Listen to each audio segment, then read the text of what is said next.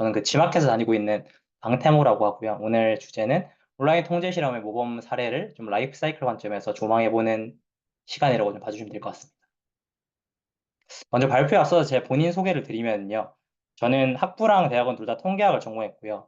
제 커리어 패스가 좀 특이하다 생각을 해서 자꾸 첫 직장을 소개에 넣게 되는데 저는 의학 도메인에서 시작을 했습니다. 그 가천대 길병원 인공지능 빅데이터 융합센터라는 곳에서 연구원으로 커리어를 시작했고 여기서는 관찰 연구에 관한 시계열 회계 모델링을 주로 수행을 했어요. 그리고 이것 외에 그 오프라인 도메인의 RCT라고 할 수 있는 의학 도메인의 임상 연구에 관한 실험 설계라든지 그 통계 분석 컨설팅을 또 수행을 했었고요.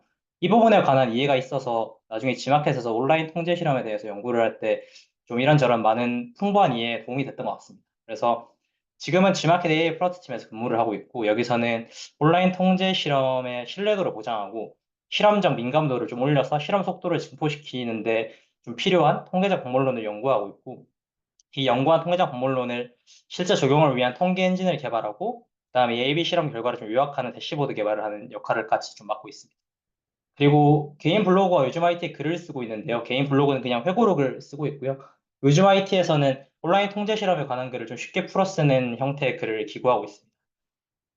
그래서 오늘 하는 발표나 온라인 실험 관련해서 좀 궁금한 부분이 생기시면은 이저 랭크드인 프로필인데 여기로 오늘 꼭 Q&A 시간이 아니더라도 질문을 주시면 답변을 드릴 수 있도록 하겠습니다.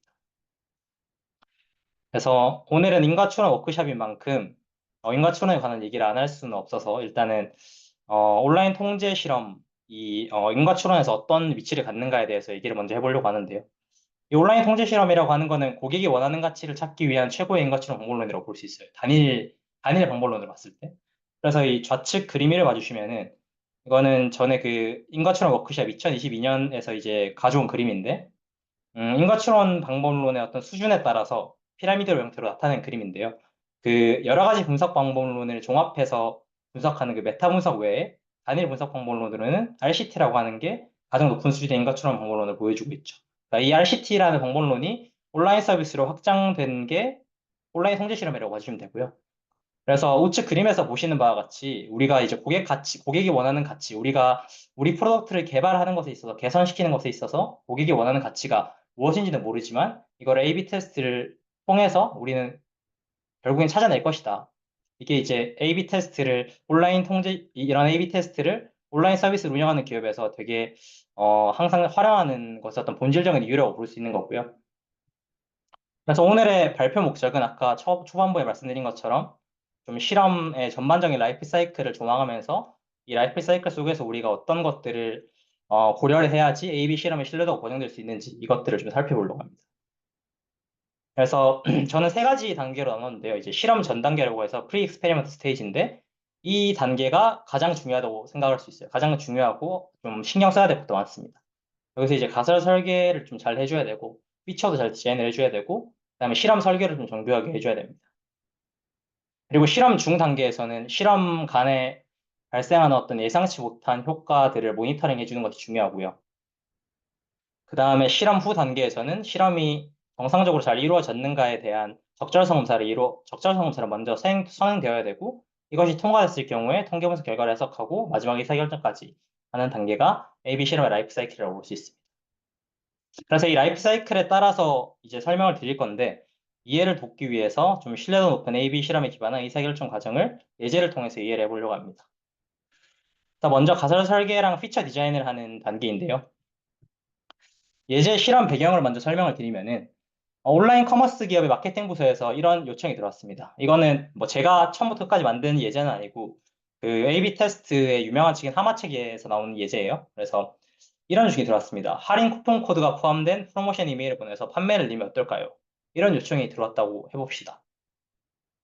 이때 우리는 저런 요청이 들어왔고 가설을 좀 설계를 해보기 위해서 과거 연구 사례나 동종업계 프로덕트 실험 사례를 연구를 해봤어요. 그래서 두 가지 사례를 발견했는데 닥터 푸케어라는 곳은 쿠폰 코드 필드를 추가한 뒤 통계적으로 유의한 수준의 수익을 잃었어요. 그리고 굿 UI라는 곳은 쿠폰 코드를 제거하는 것만으로도 긍정적인 고객 반응을 얻는 거를 이런 사례를 두 가지를 확보를 했어요. 그래서 여기서 저희가 알 수 있는 바는 사전 지식은 쿠폰 코드 필드를 더하는 것만으로 좀 수익이 감소될 수 있구나 라는 걸 캐치할 수 있고 여기서 우리가 고객 가치, 우리가 쿠폰 코드 필드, 그러니까 프로모션 이메일을 보낸다는 게 쿠폰 코드를 준다는 말인데, 그 쿠폰 코드 필드를 어떤 페이지에 더하는 것 자체가 고객에게 어떤 가치를 주는가를 상상을 해봐야 돼요. 그래서 여기서 좀 상상을 해보면은 사용자 쿠폰 코드 필드를 봤을 때 쿠폰 코드를 검색하게 만들 수 있고, 이거는 또 구매를 망설이게 만들 수 있고, 이에 따라서 구매 전환 속도가 느려져서 심지어는 사용자를 떠날 수도 있게 한다는 거죠. 그래서 저런 고객 가치를 좀 상상을 해보고 실험 피처를 이제 디자인을 해보는 거죠. 이제 최소 비용으로 좀 가설을 검증하기 위해 실제 쿠폰 시스템은 구현하지 않을 예정이고, 체크아웃 페이지에 쿠폰 코드 필드 UI를 더하는 것만으로도 우리 그 아이디어를 검증을 해보려고 하는 거예요. 그래서 그림 3과 같이 실험군을 두 개로 구성을 하는데요. 대조군 같은 경우는 보시는 바와 같이 체크아웃 페이지에 그 쿠폰 코드 필드가 들어있지 않죠. 그리고 첫 번째 실험군 같은 경우는 쿠폰 코드 필드가 바로 UI에 띄어져 있는 형태고요. 두 번째 실험군 같은 경우는 쿠폰 코드 필드가 링크로 띄어져 있고 이거를 클릭하면은 팝업이 떠서 쿠폰 코드를 입력할 수 있는 형태로 이런 식으로 A, B, C 테스트를 진행을 한번 해보는 게 어떨까 해서 이렇게 피처 디자인을 먼저 했고요. 그리고 이제 가설 초안을 잡아보는 거죠. 쿠폰 코드 필드를 체크아웃 페이지에 더하면 구매 결정을 느리게 만들어 매출을 감소시킬 것이다. 이런 식의 가설 초안을 설계를 할 수 있는데 여기서 좀 강조하고 싶은 부분은 가설 초안 설계할 때 우리가 좀 고려하면 좋은 네 가지 요소가 있는데요.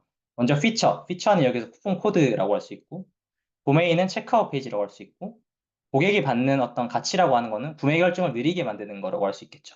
그리고 여기서 이 실험에서 가장 중요한 프라이머리 매트릭은 매출이라고 할 수 있는 거고요. 이 프라이머리 매트릭은 표본 크기, 그러니까 사용자 수에 대해 표준화된 지표를 사용하는 걸 권장해서 이 사용자당 매출이 이 실험의 프라이머리 매트릭이 될 겁니다. 그래서 여기서 가설을 좀 더 구체화해주고 싶은데 우리가 사용자당 매출이라는 지표가 프라이머리 매트릭인데 분모로 과연 어떤 사용자들을 고려해야 순수한 실험 효과를 캐치할 수 있을까가 또 퀘스천이 될 수도 있어요. 그래서 이 퍼널 관점의 고객 쇼핑 프로세스를 보면서 우리가 어떤 사용자를 대상으로 삼는 게 적절할까를 좀 보려고 하는데요. 먼저 사이트를 방문한 모든 사용자 같은 경우는 여기 페이지에 방문한 모든 사용자 같은 경우는 여기 구매 여정을 시작하는 체크아웃 페이지에 들어오지 않은 사용자까지 캐치가 되겠죠. 그러면 실제 우리 실험 피처를 경험하지 않은 사람들까지 실험 데이터로 간주를 하게 되니까 적절하지 않을 것이고. 두 번째로 구매 프로세스를 완료한 사용자 같은 경우는 체크아웃 페이지에 도달은 했으나 도달하고 나서 이탈하는 고객들을 놓치게 되는 거죠. 그래서 이것 또한 적절하지 않다라는 거고, 결국에 가장 적절한 실험의 트리거링 대상은 이 구매 프로세스를 시작한 사용자가 최적의 선택이라고 말할 수 있는 거고, 그러니까 체크아웃 페이지의 랜딩에서 우리 실험 피처를 경험한 그 사용자들을 실험 데이터로 지금 채집을 해야겠다라는 결론을 얻을 수 있는 거고요. 그래서 이거를 바탕으로 최종 가설을 구체화를 해보면은 쿠폰 코드 필드를 체크아웃 페이지에 더하면 구매 프로세스를 시작하는 사용자들의 구매 결정을 느리게 만들어 사용자당 매출이 저하한다 라고 할 수 있죠. 그래서 최종적으로 이렇게 정교화된 가설에서 가지면 좋은 5가지 요소는 아까 봤던 피처 도메인, 밸류 프라이머리 매트릭도 있지만 실험 대상이 언제 트리거링이 되는가 하는 이 트리거 정보까지 들고 있으면은 최종 가설로 아주 훌륭한 가설을 설계했다고 얘기할 수 있습니다. 그래서 이렇게 가설을 설계하는 게 사실은 AB 실험을 시작하는 데 있어서 굉장히 중요하다고 강조를 드리고 싶고요. 여기서 이제 실험 피처 디자인이랑 우리가 앞서 저렇게 정교한 형태의 가설 설계를 한 것에 되게 중요한 좋은 재료는 과거 연구 사례나 동종업계 프로덕트 실험 사례를 연구했던 것. 그리고 우리가 반영하고자 하는 실험 피처에서 고객은 어떤 가치를 받을 것인가라는 것에 대해서 한번 상상해보고, 요 두 가지에 대해서 깊은 고민을 하고 많은 시간을 들이는 것이 좋은 AB 실험을 하고 고객 가치를 찾아 나서는데 굉장히 중요한 요소라고 강조를 좀 드리고 있습니다. 그래서 이제 우리가 피처를 디자인하고 구체적인 가설을 설계를 했으니 구체적으로 실험을 어떻게 설계할 것인가를 볼 건데요. 이 온라인 실험 설계의 4요소를 좀 정의를 해봤습니다. 먼저 무작위 추출 단위인데 우리가 어떤 것을 단위로 해서 실험군 대조군에 랜덤하게 배정을 할 것인가인데요. 이거 대부분 일반적으로는 사용자가 무작위 추출 단위가 되는 거고요. 두 번째로 무작위 추출 단위의 모집단 대상, 타겟팅을 누구로 할 것인가가 또 정해야 되는 부분인데 지리적 지역, 글로벌 서비스 같은 경우는 어느 나라에서 실험을 할 것인가가 될 수도 있고 아니면은 뭐 iOS에 대해서 실험을 할 건가, 안드로이드에 대해서 실험을 할 건가, 아니면은 뭐 모바일에 대해서 실험을 할 건가, PC에 대해서 실험을 할 건가, 앱 버전은 어떤 걸로 할 건가 이런 것이 이제 타겟팅이라고 할 수 있고 아래 두 가지가 실험 할당량이에요. 이거는 실험에 말 그대로 우리의 트래픽을 얼마나 할당할 건가인데 이게 대규모 변경의 경우는 좀 위험이 따르니 적은 비율의 사용자를 실험을 할 것을 강조를 하고, 네 번째로 그리고 실험 기간을 얼마나 가져갈 건가. 이 네 가지가 온라인 실험 설계의 4요소라고 할 수 있고요. 여기서 중요한 바는 실험 할당량이라고 하는 것과 실험 기간이라고 하는 것은 실험의 신뢰도를 보장하기 위해 검정력 분석이라는 걸로 결정을 해야 되는 겁니다. 저희가 임의로 결정을 하는 게 아니라. 그래서 이 검정력이라고 하는 것에 대해서 조금만 설명을 하면은, 이 검정력 분석이라고 하는 거는 특정 수준의 검정력과 유해 수준을 만족시키기 위해 얼마나 많은 표본을 수집해야 되는가를 알려주는 분석 방법론이라고 할 수 있고요. 여기서 우리가 유해 수준은 많이 신경을 씁니다. 이 유해 수준이라고 하면은 규모 가설을 기가시켰는데 그게 잘못됐을 확률의 어떤 최대 허용치인데, 그러니까 false positive의 최대 허용 한계라고 볼 수 있는데, 이거를 우리는 보통 5%로 잡고 검증을 하게 되죠. 근데 이 유해 수준 같은 경우는 우리가 되게 신경을 많이 쓰는데, 검정력은 신경을 안 쓰고 실험 설계라는 경우가 많습니다. 이 검정력을 실험 설계 단계에서 설정을 해주는 게 굉장히 중요한데, 그래서 여기서 검정력이라는 개념을 보면은 이거는 규모 가설을 올바르게 기가시킬 확률, 이거는 오류율이 아니라 올바르게 기가시킬 확률에 대한 거고요. 그러니까 false positive가 아니라 true positive rate이라고 할 수 있겠죠. 그래서 본 예제에 대해서 말을 해보면은, 규모 가설은 쿠폰 필드를 체크아웃 페이지에 더해도 변형 공간 사용자당 매출에는 차이가 없다라고 하는 게 본 예제의 규모 가설이라고 할 수 있고, 이 규모 가설을 올바르게 기가시킬 확률이 검정력이라고 할 수 있어요. 그래서 이거를 우리가 규모 가설을 기가시킨다고 해도 이게 정말로 신뢰할 만한 결과야? 라는 것을 보장해 주는 게 일종의 어떤 검정력이라고 볼 수 있는 거고요. 그래서 이 검정력은 결국에 실험 기간과 할당량에 의해 정해지는 부분인데, 이거를 좀 더 자세하게 알아보기 위해서 산업표준의 검정력 분석식을 들고 와봤습니다. 그래서 하나씩 보면은, 산업표준이라고 하는 거는 아까 제가 특정 수준의 검정력과 유해 수준이라고 했잖아요. 근데 거기서 인더스트리얼 스탠다드가 검정력 80%에 유해 수준 5%예요. 그리고 여기서 양측 검정을 가정한 게 차이가 없다라고 한 아까 그 규모 가설을 우리는 양측 검정 투사이드 테스트라고 하고요. 그리고 변형구는 균등 비율, 그러니까 실험군과 대조군은 균등하게 배분하는 게 최대 검정력이어서 균등 비율로 보통 배분을 해줍니다. 그래서 요거를 만족하는 그 검정력 분석식이 이렇게 간단하게 정의가 돼요. 이 16에다가 시가마 제곱이라는 값과 이 델타 제곱이라는 값이 들어간 형태인데, 여기서 이제 시가마 제곱과 델타 제곱이라는 값이 어떤 값이냐 해보면, 여기서 이제 중요한 포인트는 우리가 실험에서 검출해내고 싶은 최소 효과, 미니멈 디텍터블 이펙트라고 하는데요. 이 델타가 얼마인지에 따라서 필요한 표본 크기가 달라지게 되겠죠. 이거는 각 변형군만 확보해야 되는 표본 크기로 보면 되고, 다른 말로 하면은 최소 검정률 80%를 보장하기 위해서 이 정도 크기는 확보해야 돼라는 걸 알려주는 거라고 봐주시면 됩니다. 그리고 분자에 있는 이 시그마 제곱은 수행할 실험의 대조군의 관심지표의 분산이라고 할 수 있는데요. 이거에 따라서 또 표본 크기가 달라진다는 건데, 이게 이해가 좀 어려운 말일 수 있는데, 우리 예제를 빌어서 설명을 해보면은, 우리는 쿠폰 코드 필드를 더하는 실험을 하고 있으니까 대조군은 쿠폰 필드를 더하지 않은 것이 대조군이잖아요. 그러니까 쿠폰 코드 필드를 더하지 않은 대조군의 사용자당 매출에 관한 분산이 바로 이 시그마 제곱값이 되겠죠.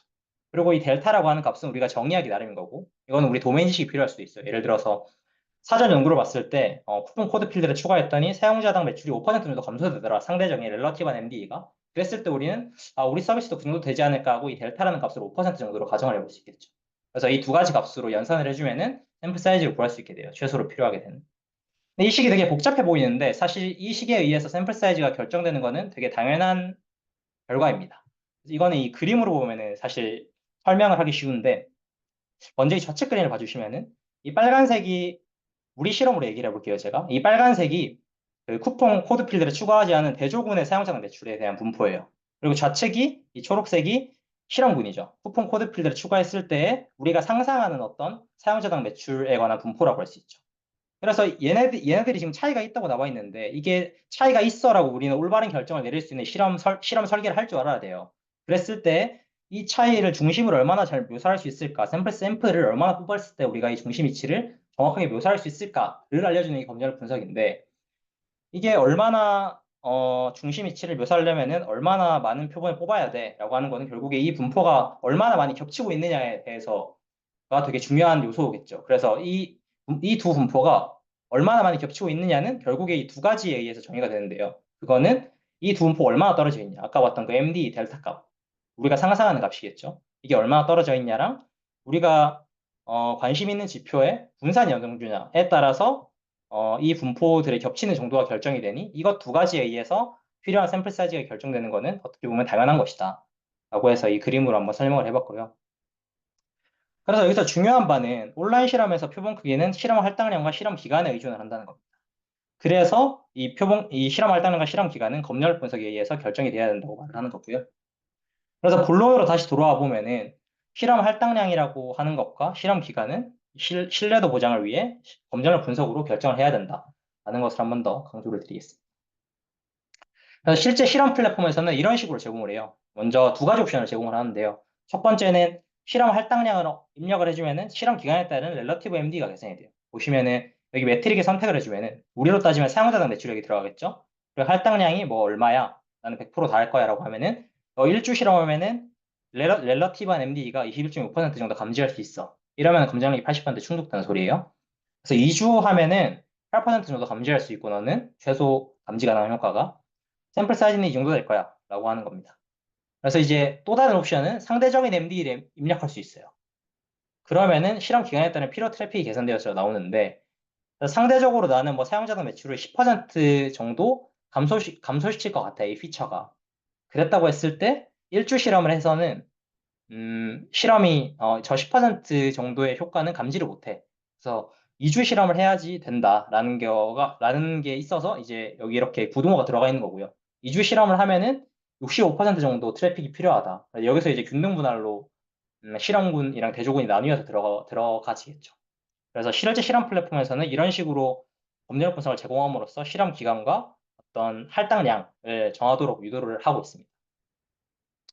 그래서 실험 기간 설정과 관련해서 좀 고려해야 될 또 다른 추가적인 사항이 있는데요. 먼저, 네. 첫 번째는 이 검정력을 늘리기 위해서, 이거는 이제 표본 크기를 무작정 많이 확보하기 위해서 실험 기간을 길게 잡는 경우가 있는데, 이건 어느 정도 한계가 있습니다. 실험 기간이 길어져서 기존에 방문한 사용자들만 재방문을 할 수가 있는데요. 이 경우는 새로운 샘플이 들어오는 게 아니라 기존에 들어왔던 고객들이 들어오는 것이기 때문에 샘플 사이즈가 커지지가 않아요. 그래서 사용자 누적률이 저선형이 돼서 오히려 분산이 증가해서 실험 민감도를 감소시키는 결과를 낳을 수 있습니다. 그래서 일반적으로는 최대 4주 정도를 허용을 하고요. 그래서 아까 실험 플랫폼 예제에서 봤을 때도 4주 정도까지의 값만 제시를 하고 있었던 거예요. 두 번째로 주간 효과라고 하는 건데 이거는 뭐 대부분 프로덕트가 그럴 것 같은데 평일과 주말의 사용자 분포가 다릅니다. 그래서 뭐 실험이 3, 4일만 하더라도 충분히 검정력을 보장할 수 있다고 하더라도 최소 일주 정도는 권장을 하고요. 그리고 계절성은 외적 타당성과 관련된 부분인데 크리스마스 시즌에 어떤 기프트 카드의 프로모션 실험을 하는 것과 그렇지 않은 시즌에 기프트 카드의 프로모션 실험을 하는 거는 고객 반응이 완전히 다르겠죠. 그래서 이런 부분에 있어서는 실험 기간도 중요하지만은 반복 실험을 또 권장하는 부분도 있어요. 그래서 마지막으로는 초두 효과와 신규 효과라는 것이 있는데요. 초두 효과는 프라이머시 이펙트라고 처음 본 것이 오히려 익숙하지 않아서 좀 꺼려 하다가 나중에 돼서 적응이 돼서 실험 효과가 더 좋아진 경우를 말하는 거고 신규 효과는 말 그대로 처음 본 피처가 되게 신기하고 해서 이런저런 행동을 해보다가 별로네 하고 효과가 이제 작아지는 걸 말합니다. 그래서 이런 초도 효과와 신규 효과 때문에도 최소 일주 실험을 권장하고 있다라고 말씀을 드리고 있습니다. 그래서 요약하면은 온라인 실험 설계의 자요소는 먼저 무작위 추출 단위가 있고요. 그다음에 타겟팅은 누구로 할 건가? 그리고 얼마나 많은 트래픽을 실험에 할당을 할 것인가? 그리고 마지막으로 실험 기간은 얼마나 오랫동안 진행을 할 것인가? 이게 이제 온라인 실험 설계의 자요소라고 할 수 있고 마지막으로 요 두 실험 할당량과 실험 기간은 검열력 분석으로 결정을 해줘야 된다. 그래서 본 예제 실험의 설정을 좀 요약을 하려고 해요. 이 가설에 피처 디자인과 프라이머리 매트릭이 다 들어있는데요. 쿠폰 코드 필드를 체크아웃 페이지에 더하면 구매 프로세스를 시작하는 사용자들에 대한 구매 결정을 느리게 만들어 사용자당 매출이 저하한다. 라고 우리는 최종 가설을 설정을 했고 아래와 같이 ABC 테스트로 실험 피처를 디자인을 해두었습니다. 그리고 실험 설계 같은 경우는 무작위 추출 단위는 당연히 사용자가 될 것이고 타겟팅은 모든 사용자에 하되 실험의 트리거 포인트는 체크아웃 페이지를 방문하는 사용자가 되겠죠. 그리고 검정력 분석에 의해 우리는 실험 할당량과 실험 기간을 결정을 했는데 여기서 우리는 사용자당 수입, 사용자당 매출이 1% 이상 상대적 변화를 감지하고자 해서 릴러티브 MD를 1%더 잡은 거고요. 그리고 할당량은 100%를 다 할당을 해서 실험 기간이 4일이면 충분한데 주간의 거를 고려해서 우리는 7일간 실험을 진행할 예정이다. 이게 이제 최종적인 본 실험 예제, 실험 설계와 피처 디자인이라고 할 수 있겠습니다. 그래서 이 프리익스페리먼트 스테이지에서 고려할 것이 거의 다 끝났는데 마지막으로 우리가 또 하나 잡아줘야 되는 부분이 있어요. 그건 이제 실험 전 편향이라고 하는 건데요. 이거는 영어로 프리익스페리먼트 바이어스라고 표현을 하고 말 그대로 실험 전에 실험군과 대조군에 존재하는 편향이에요. 이거는 실험 시작 전부터 두 군 간에 어떤 바이어스가 존재해서 관심 지표의 차이가 존재하는 경우인데요. 이 경우 순수한 실험 효과 감지가 어렵겠죠. 이런 실험전 편향이 발생하는 세 가지 원인이 있어요. 온라인 실험에서. 먼저 캐리어버 에펙트라고 해서 뭐 우리로 굳이 번역을 하자면 뭐 잔류 효과 정도라고 할 수 있는데 이전 실험에 실험군으로 참여한 효과가 남아있는 겁니다. 두 번째는 오더링 이펙트라 해서 실험 1회 참가했냐, 2회 참가했냐에 따라서 실험 3회에서 참가하게 될 때 효과가 달라지는 거고 랜덤 인밸런스는 우리가 랜덤하게 할당을 하더라도 정말 우연하게 편향이 발생하는 경우로 말해요. 그래서 이 세 가지 어떤 실험전 편향을 극복을 시켜주는 게 되게 중요한데 이걸 극복하는 방법이 두 가지가 있어요. 그것 중에 하나로 먼저 시드파인더라고 하는 방법론을 설명을 할 건데 이 시드파인더라는 네이밍은 마이크로소프트 연구진에서 한 네이밍이고요. 이거는 랜더마이제이션과 레트로스펙티브 AA 테스트라고 하는 거를 활용해서 극복을 하는 방법입니다. 그래서 조금씩 설명을 해보면은 결국 여기서 중요한 거는 적절한 실험과 대조군 구성을 찾고자 하는 건데요. 보시면은 방금 막 실험이 끝난 실험과 대조군이 있다고 할 때 실험군에는 어떤 바이어스가 껴있겠죠. 아까 어떤 캐리어버 이펙트가 있을 수 있고 오더링 이펙트가 있을 수 있겠죠. 근데 우리는 랜더마이제이션을 잘 해줘서 이런 적절한 실험과 대조군 구성을 찾고 싶은 거예요. 그러니까 이렇게 잘 이런 익스페리먼트 바이어스가 프리 익스페리먼트 바이어스가 있는 애들을 잘 흩뿌려서 어떤 이 바이어스를 약화시키고 싶은 거죠. 그래서 논문에서도 실제로 이걸 없앤다기보다는 미티게이션 하고 싶다라는 표현을 쓰거든요. 그래서 이걸 약화시켜서 극복시킨다라고 이해를 해주시면 될 것 같고 이걸 어떻게 극복하냐 온라인 통제 실험에서는 랜더마이제이션을 어떻게 하냐라는 걸 좀 보면은 이거는 고객 아이디에 이 솔트키라고 하는 문자열이 있습니다. 이거는 뭐 우리가 랜덤하게 발생시킬 수 있는 문자열인데 이거를 붙여서 이 스트링을 붙여서 해시 알고리즘이라고 하는 걸 돌려주면은 이거는 이제 온라인 통제 실험에서 쓰이는 여러 가지 해시 알고리즘의 하나인데 멀마 해시라고 하는 이거를 태워주면은 고객 아이디가 무작위화가 돼서 나와요. 그래서 요거를 요 해시 알고리즘만 태워주면은 고객 아이디가 무작위화 되니까 아까처럼 이렇게 요 랜더마이제이션 하는 과정을 무한정 반복해 줄 수 있어요. 이 솔트키만 랜덤하게 바꿔주면.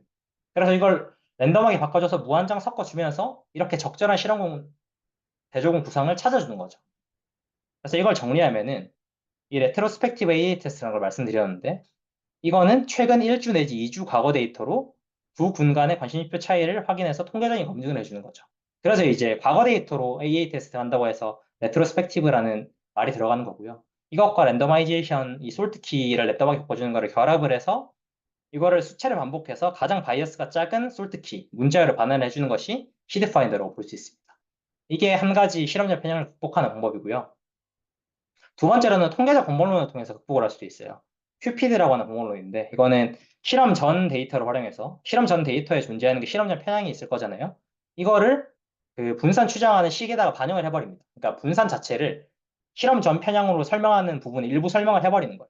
그래서 순수한 어떤 실험에 의해서 발생하는 분산만 발라내자는 건데 그렇게 해서 실험 민감도를 올리자는 거고요. 실제로 이렇게 큐피드에 의해서 조정된 분산을 보면은 엄청 작아졌죠. 이 대조군과 실험군의 분포를 보면은 엄청 좁아졌죠. 이 큐피드의 어떤 효과라고 할 수 있고 이렇게 통계적 방법론으로 극복을 할 수 있다는 거고요. 실제로 이런 예제가 있어요. 큐피드에 의해서 편향이 되면서 실험 결과가 바뀌는 경우인데 먼저 좌측 그림을 봐주시면은 이게 실험 전이에요. 점선 전이. 보시면은 여기서부터 벌써 바이어스가 많이 발생해 있죠. 실험 전 편향이. 그래서 실험을 통해서 이 정도 리프트 이루어냈지만 우리는 실험군이 더 좋다는 결론을 얻지 못했어요. 근데 큐피드를 적용해 줌으로써 실험 전 편향을 많이 잡아주니까 이 리프트가 되면서 아, 실험군이 더 나은 실험 효과를 보이고 있구나라는 걸 이제 캐치할 수 있게 되는 거죠. 그래서 이런 두 가지 방법으로 실험전 편향을 좀 극복을 해주는 게 필요하고요. 실제 실험 플랫폼에서 제공하는 방식을 이제 볼 건데, 이 시드 파인더라고 하는 거는 제가 정말 많은 리서치를 해봤지만, 구체적인 제공 방법은 공개를 하고 있지 않고, 이거는 각 기업에 좀 계산력이 아무래도 좀 있는 작업이다 보니 실험 인프라에 맞춰서 푸는 게 필요하고요. 두 번째로 큐피드라고 하는 거는 제가 아까 그 초반에 이제 제가 하고 있는 일이라고 설명드렸던 그 통계 엔진을 개발하는 사람이 큐피드 자체를 프라이머리 매트릭에 자동으로 적용이 되도록 해서 실험 결과 리포트에 자동으로 적용되도록 이렇게 구현을 하고 있다고 봐주시면 될 것 같습니다. 그래서 이제 실험 전 단계에서 신경 쓸 건 다 끝이 났어요. 사실은 실험 전 단계에서 신경 써야 될 것들이 실험 신뢰도를 보장하기 위해서는 되게 많은 부분을 차지하고 있고요. 이제 앞으로 볼 실험 중 단계와 실험 후 단계에서는 앞에서 봤던 내용들보다 훨씬 적을 겁니다. 그래서 먼저 실험 중 단계를 한번 보면은 여기서 할 거는 이제 모니터링이에요. 그래서 예상치 못한 효과의 조기 감지를 위해 필요한 실험 지표들을 설계하고 이것들을 모니터링을 해주는 건데요. 이 데이터 품질 지표라는 것이 있습니다, 먼저. 그래서 이거는 나머지 지표들을 신뢰할 수 있는지에 대해 결정하는 지표인데, 그것의 예로 샘플 레이시오 미스매치라고 하는 지표가 있어요. 이거는 저희가 예를 들어서 실험군과 변형군을 균등 분할을 한다고 했잖아요. 그러면은 실제 실험에서도 5대5로 관측이 돼야 되는데, 예를 들어서 막 6대4로 관측이 되고 있다. 그러면은 특정 세그먼트가 특정 그룹에 많이 분포되어 있다는 사실이니 바이어스가 생기겠죠. 그러면은 이 데이터 품질 지표에서 SRM이 발생했다라고 표현을 하고, 이게 발생할 경우에는 나머지 실험 결과는 신뢰할 수 없다고 해서 재실험을 해야 된다. 이런 상황이 발생하기도 합니다. 그리고 로컬 피처 및 진단 지표라고 해서 이거는 세부 피처 각각의 실험에서 우리가 반영했던 세부적인 피처들의 각각의 성과를 측정해서 프라이머리 매트릭의 어떤 움직임을 해석하는 데 도움을 주는 지표이고, 동시에 실험이 잘 진행되고 있는지 진단할 수 있는 지표라고 할 수 있어요. 이것의 예는 이제 뭐 세부 피처별의 시체 같은 것이 될 수 있는데, 이게 뭐 이해가 되실지는 모르겠는데, 예를 들어서 실험군에만 존재해야 되는 어떤 영역이 있는데, 이 영역이 갑자기 대조군에서도 발견이 되는 거죠. 그래서 이 대조군에서는 발견되면 안 되는 형태의 어떤 CTR, 어떤 공간의 CTR이 대조군에서도 관측이 되는 거예요. 그러면은 대조군의 어떤 고객들이 실험군의 피처를 경험하고 있다는 의심을 할 수 있겠죠. 이게 실험이 잘못되고 있다는 소리인데, 그래서 이러한 이유에서 또 진단지표라는 용어를 사용하기도 합니다. 마지막으로 가드레일 지표인데, 이거는 반드시 개선할 필요는 없지만 결코 성과 저하를 원하지는 않는 지표를 말해요. 그래서 예로 이제 뭐 페이지 로드 시간이 될 수 있고, 우리가 실험 피처를 좀 헤비한 거를 탑재했다고 했을 때 이 실험 피처가 좋은 고객 반응을 이끌어내는 거를 우리는 원하지만, 그렇다고 해서 페이지 로드 시간이 줄어드는 것을 원하지는 않겠죠. 늘어나는 것을 원하지 않겠죠. 그래서 이런 의미에서 가드레일 지표를 또 같이 모니터링 해줘야 되고요. 이제 이 모니터링 기간을 거치고 나면은 실험 후 단계가 됩니다. 여기서는 먼저 통계 분석에 대한 결과 해설을 하기 전에 먼저 적절성 검사라는 걸 실시를 해줘야 되는데요. 먼저 데이터 품질 지표, 뭐 다른 말로는 신뢰 관련 가드레일 지표라고도 하는데, 이 SRM 지표, 아까 말씀드렸던 SRM이 발생했냐 아니냐를 봐줘야 됩니다. 그래서 이게 만약에 발생을 했다면은 다른 실험 결과는 신뢰할 수 없게 되는 거고요. 두 번째로 조직 관련 가드레일 지표를 검토해서 우리가 개선을 바라진 않지만 그렇다고 저하돼서는 안 되는 지표들이 저하되지 않았나라는 것을 또 확인을 해줘서, 만약에 이 적절성 검사가 통과되는 경우에는 바로 통계 분석 결과 해석을 들어갈 수 있는데, 만약에 이 중에 그 데이터 품질 지표로 할 수 있는 SRM이 발생한 경우에는 심각한 문제예요, 이건. 그래서 기초적인 실험 설계나 인프라 또는 데이터 처리에 문제가 있다는 뜻이고요. 이거는 사실 실험 중간에 발견된다고 하더라도 바로 실험을 중단하고 바로 디버깅을 해야 되는 정도의 심각한 오류라고 할 수 있고, 실험이 끝나고 나서도 SRM이 발생을 했다면은 결과를 신뢰할 수 없다라고 해서 마이크로소프트에서는 극단적으로 실험 결과를 블라인드 처리를 해버리기도 합니다. 그래서 이 적절성 검사가 통과를 하면은 우리는 이제 통계분석 결과를 해석을 할 수 있는데요.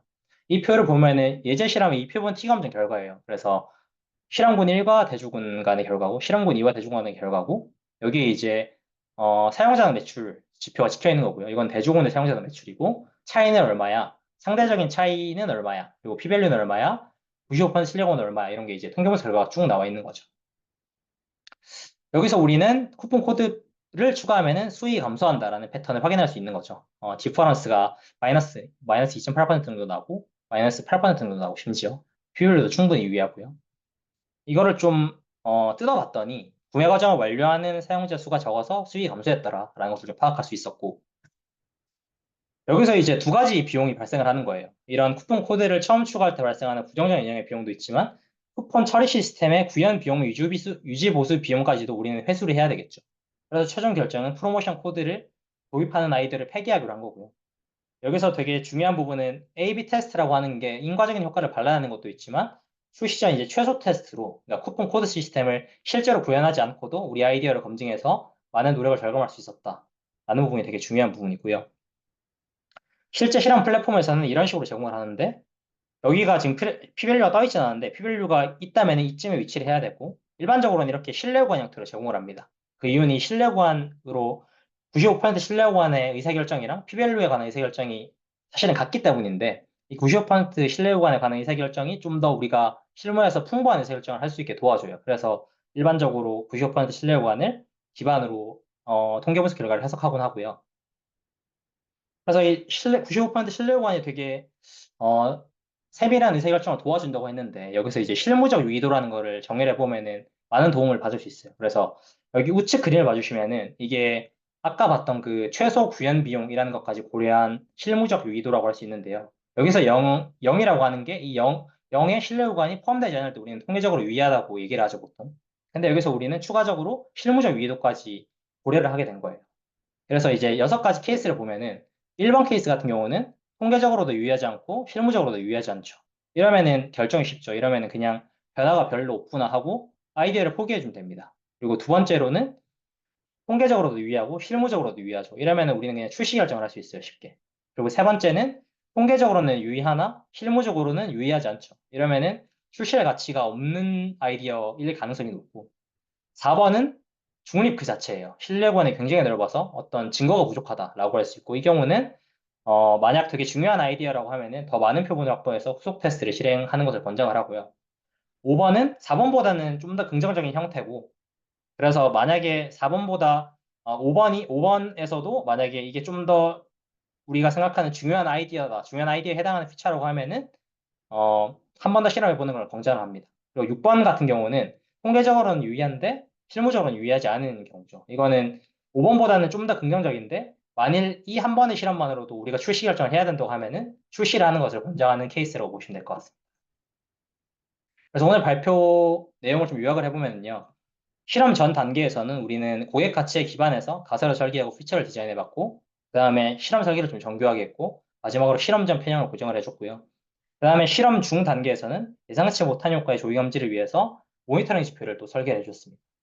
그리고 마지막으로 실험 후 단계에서는 실험이 적절하게 행해졌는가, 신뢰할 수 있을 만한가 해서 적절성 검사를 수행해 줬고, 통계 분석 결과를 해석한 뒤에 마지막으로 좀 디테일한 의사결정까지 해주면서 이 AB 실험의 라이프 사이클이 마감됐다고 봐주시면 될 것 같습니다. 그래서 마지막으로 뭐 하고 싶은 말은 이 AB 실험을 통해서 좀 올바른 의사결정을 내릴 수 있도록 하는데 이 결과가 좀 재현성 있고 신뢰할 수 있게 하는데 우리가 많은 노력이 필요하다라는 말씀을 드리면서 발표를 마치겠습니다. 이거는 제가 발표 준비하면서 준비했던 이제 레퍼런스고요. 제 발표는 여기까지입니다. 감사합니다.